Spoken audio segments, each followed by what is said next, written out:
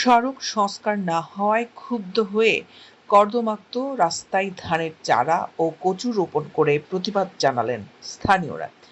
কক্সবাজারের পেকুয়া উপজেলার শিলখালী ইউনিয়নের জারুল বুনিয়া স্টেশনের পাশ দিয়ে নির্মিত একটি ব্রিজের কাজ ৩ মাস আগেই শেষ হয়।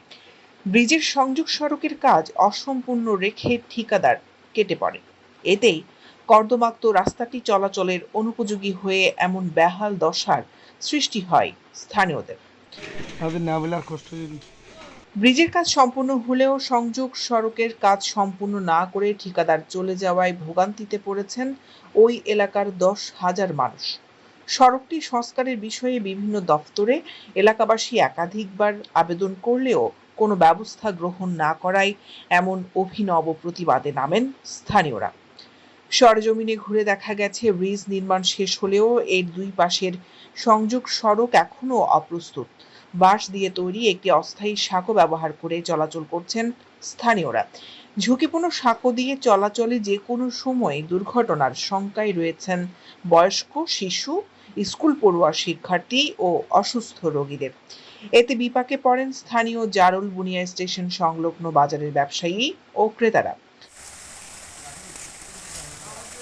স্থানীয়রা জানান, দীর্ঘদিন ধরে এই সড়কের কাজ শেষ না করায় তারা বাধ্য হয়ে নিজেদের উদ্যোগে বাঁশ দিয়ে একটি অস্থায়ী সাঁকো তৈরি করে চলাচল করছেন। কিন্তু বর্ষার সময় সাঁকোটি আরও বিপজ্জনক হয়ে ওঠে। সামান্য বৃষ্টি হলে কর্দমাক্ত হয়ে চলাচল প্রায় অসম্ভব হয়ে পড়ে। আমরা এই কাজের জন্য উদ্যোগ নিয়েছি। এটা একটা মোবারকা এভিনিউ, এটা গাড়ি চলাচলের রাস্তা, কিন্তু আমরা বাধ্য হয়ে এই সাঁকুর জন্য ব্যবস্থা নিতেছি, কারণ আমাদের ছেলেমেয়েরা স্কুলে যাওয়ার জন্য একেবারে অযোগ্য হয়ে পড়েছে। দেখেন আপনি, এখানে অনেক ব্যবসায়ী আছে, তরকারি বিক্রি করতে পারতেছে না, কারণ এদের সামনে দাঁড়ানোর মতো জায়গা নেই। স্টেশনের সভাপতির কাছে গেছি আমরা, এদের থেকে তো আমরা মাল খরিদ করতে পারতেছি না, আপনি কিছু ব্যবস্থা নেন। ব্রিজটি নবনির্মিত হওয়ার পর দুই পাশে সাইডগুলো ভরাট না হয়ে দীর্ঘদিন অবহেলিত ছিল। যিনি এই ব্রিজের কন্ট্রাক্টর ছিলেন, উনি কোনোভাবেই এই ব্রিজের লেজগুড়ার সাইডগুলো ভরাট না করে ব্রিজ মোটামুটি সম্পন্ন করে মাটি না দিয়ে উনি ওনার মতো একটা অবস্থানে চলে গেছে। জানা যায়, রাস্তার পাশে একটি মসজিদ ও নুরানি মাদ্রাসা রয়েছে।